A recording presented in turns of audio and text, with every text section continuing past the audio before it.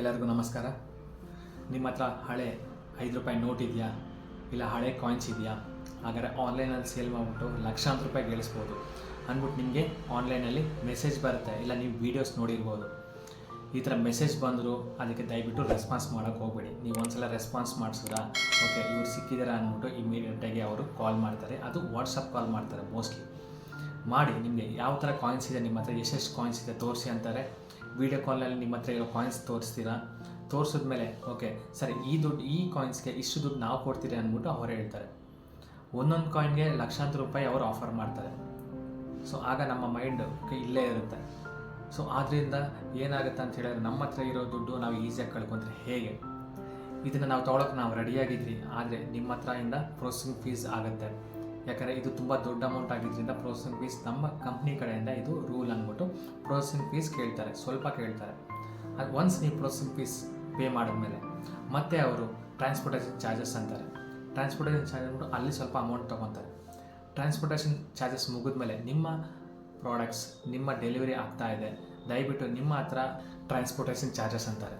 ಮತ್ತು delivery ತೊಗೋಬೇಕಾದ್ರೆ delivery charges ವೇಟಿಂಗಲ್ಲಿದೆ, ಆದಷ್ಟು ನಿಮ್ಮ ಮನೆ ಹತ್ರ ಬಂದಿದೆ ಅಂದ್ಬಿಟ್ಟು ಆಸೆ ತೋರಿಸ್ತಾರೆ.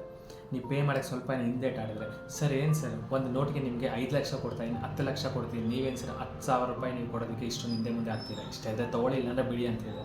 ನಿಮ್ಮ ಆಸೆ ಪಟ್ಬಿಟ್ಟು ಏನು ಮಾಡ್ತಾರೆ, ಇಮಿಡಿಯೇಟಾಗಿ ಅಮೌಂಟ್ ಟ್ರಾನ್ಸ್ಫರ್ ಮಾಡಿಬಿಡ್ತೀರಾ. ಟ್ರಾನ್ಸ್ಫರ್ ಮಾಡಿದ್ಮೇಲೆ ಅವರು ನಿಮ್ಮ ಹತ್ರ ಎಷ್ಟು ದುಡ್ಡು ತೊಗೊಳಕ್ಕಾಗುತ್ತೆ ಅಷ್ಟು ತೊಗೊಳ್ಳೋ ಗಂಟೆ ನಿಮ್ಮ ಹತ್ರ ಕಮ್ಯುನಿಕೇಟ್ ಮಾಡ್ತಾರೆ. ಒನ್ಸ್ ನೀವು ದುಡ್ಡು ಕೊಡಲ್ಲ ಅಂತ ಡಿಸೈಡ್ ಆದಮೇಲೆ ಅವರು ಯಾವುದಕ್ಕೂ ರೆಸ್ಪಾನ್ಸ್ ಮಾಡಲ್ಲ. ಸೊ ಇದು ಮೇನಾಗಿ ಟಾರ್ಗೆಟ್ ಮಾಡೋದು ಮನೇಲಿರೋ ಹೆಣ್ಮಕ್ಳು ಸ್ವಲ್ಪ ಜಾಸ್ತಿ ಟಾರ್ಗೆಟ್ ಮಾಡ್ತಾರೆ. ಏನಕ್ಕಂದರೆ ಅವ್ರಿಗೆ ಏನೂ ಗೊತ್ತಿರಲ್ಲ ಅಂತ ಅವರು ಅನ್ಕೊತಾ ಇರ್ತಾರೆ. ಪ್ಲಸ್ ಮೇನಾಗಿ ಏನಂತ ಹೇಳಿದ್ರೆ ಅವ್ರ ಹತ್ರ ಈ ಥರ ಹಳೆ ಕಾಯಿನ್ಸ್ ಇರುತ್ತೆ, ಈ ಥರ ದುಡ್ಡು ಬರುತ್ತೆ ಅಂತ ಹೇಳಿದ್ರೆ ಆಬ್ವಿಯಸ್ಲಿ ಅವರು ಯಾರಿಗೂ ಮನೇಲಿ ಹೇಳಲ್ಲ. ಸೊ ನಾವು ಇದನ್ನು ಇಟ್ಕೊಂಡ್ಬಿಟ್ಟು ನಾವು ಅಡ್ವಾಂಟೇಜ್ ತೊಗೊಂಡ್ಬಿಟ್ಟು ದುಡ್ಡು ಮಾಡ್ಬೋದು ಅಂದ್ಬಿಟ್ಟು ಅವ್ರ ಅನಿಸಿಕೆ.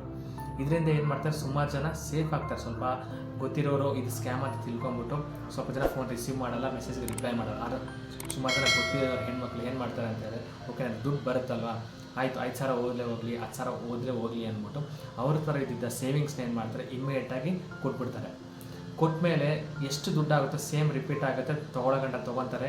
ಒನ್ಸ್ ಇವರು ಸ್ಟಾಪ್ ಮಾಡಿದ್ಮೇಲೆ ಅವರು ರೆಸ್ಪಾನ್ಸ್ ಮಾಡೋದು ಸ್ಟಾಪ್ ಮಾಡ್ತಾರೆ. ಈ ಥರ ನಿಮ್ಮ ಹತ್ರ ಇರೋ ಕಾಯಿನ್ಸ್ ಇದೆ ಸೇಲ್ ಮಾಡ್ತೀರಿ ಅಂದ್ಬಿಟ್ಟು ಯಾರೇ ನಿಮಗೆ ಕಾಲ್ ಮಾಡಿದ್ರು, ಯಾರೇ ನಿಮಗೆ ವಾಟ್ಸಪ್ಪಲ್ಲಿ ಕಾಲ್ ಮಾಡಿದ್ರು, ಇಲ್ಲ ಮೆಸೇಜ್ ಕಳಿಸಿದ್ರು, ಇಲ್ಲ ಫೇಸ್ಬುಕ್ಕಲ್ಲಿ ಏನೋ ರೆಸ್ಪಾನ್ಸ್ ಮಾಡೋದು, ದಯವಿಟ್ಟು ಇಂಥರ ಸ್ಕ್ಯಾಮರ್ಸ್ಗೆ ಆದಷ್ಟು ದೂರ ಇರಿ. ನಮ್ಮ ದುಡ್ಡು ನಾವು ಕಾಪಾಡ್ಕೊಳ್ಳೋದು ನಮ್ಮ ಜವಾಬ್ದಾರಿ. ಈ ಥರ ಇನ್ಫಾರ್ಮೇಷನ್ ನಿಮಗೆ ಎಲ್ಲರಿಗೂ ಪಾಸ್ ಮಾಡಿ ಸೊ ದಟ್ ಅವರು ದುಡ್ಡು ಕಳ್ಕೊಳ್ಳದೆ ಇರ್ತಾರೆ.